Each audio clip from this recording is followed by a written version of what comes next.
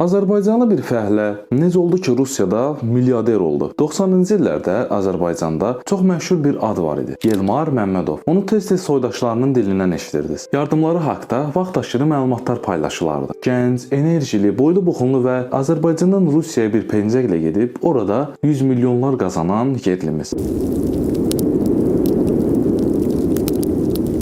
28 iyun 1957-ci ildə Qubadlı rayonunun Aşağı Mollu kəndində kolxozçu ailəsində anadan olub və elə uşaq kəndə anasını itirib. Universitetə qəbul ola bilməyən Yelmar Məmmədov Bakıda zavodların birində fəhlə işləməyə başlayıb. 1976-cı ildə Rusiyanın Tita vilayətində hərbi xidmətə yollanan Yelmar xidmətdən sonra Daşkəndə yollanaraq orada da fəhlə olaraq işinə davam edib. Eyni zamanda da Daşkənd Ali Milis Məktəbinə daxil olur. Sonralar isə Moskvada Ümumi İttifaq Ali Hüquq Məktəbinin qiyabi şöbəsində təhsil alır. O, Rusiya Federasiyasının Komi Muxtar Respublikasındakı Uxta şəhərinə gedir. Neft kəşfiyyatı idarəsində işə girən Yelmarın bəxti burada üzünə gülməyə başlayır. O, əvvəlcə fəhlə, sonra usta, mühəndis, daha sonra şöbə rəisi və baş mühəndisin müavini olur. Milyarderlik yolundan adımlayan Yelmar Məmmədov 1988-ci ildə lazımlı yerlərə müraciət edib, əvvəlcə 4 nəfərlik Trut kooperativini açır. İlk işi bir zavodun damını örtmək olur. Bu işdən əldə olunan gəlirlə isə yeni avadanlıqlar alır. Əlavə işçi qəbul edir. Artıq bir ildən sonra onun işçilərinin sayı 1000 nəfərə çatırdı. Beləliklə, biznesdə uğurlu bir adama çevrilən Yelmar Məmmədov çox keçmir ki, Komi Respublikasının xalq deputatı seçilir. 90-cı illərin əvvəllərində onun fəaliyyəti daha da genişlənməyə başlayır. Belə ki, o, Mariya Assosiasiyasına təsir edir və bir neçə şəhərdə assosiasiyanın filiallarını yaradır. Eyni zamanda bir neçə bank da açır. Rusiya televiziyası ilə göstərilən Mariya Assosiasiyası adlı sənədli filmdən sonra keçmiş SSR-nin hər yerində rəsmi Azərbaycanlı milyarder kimi tanınmağa başlayır. Qısa müddət ərzində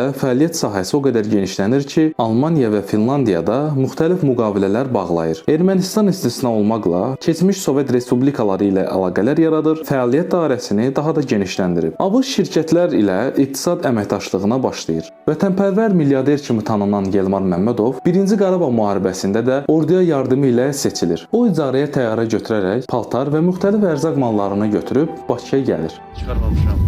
Uşaqlıqda 6-cı, 7-ci, 5-ci okulda fikirləşirəm, gedib kim olacağım, nə olacağım, bütün arzularıma çatmışam. Amma bu dar gündə hamımızın borcudur ki, Qubadlıya və başqa rayonlara, Azərbaycana kimi.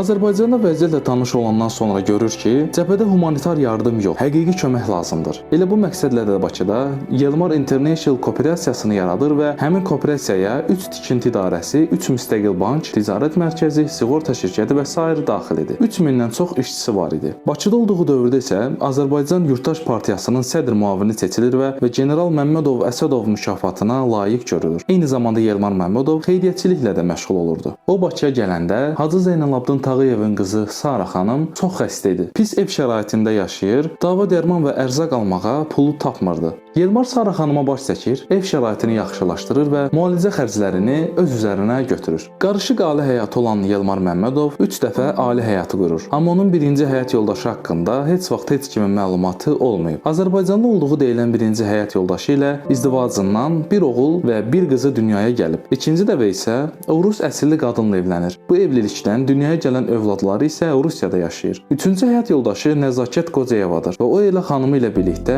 12 aprel 1995-ci ildə Daşkənddə müəmmalı şəkildə vəfat edir. Rəsmi məlumatlarda onların qaz sızmasından öldüyü deyilsə də, mafioz qruplar tərəfindən sifarişlə öldürüldükləri də deyilir. Onlar Yasamal qəbirstanlığında dəfn olunublar.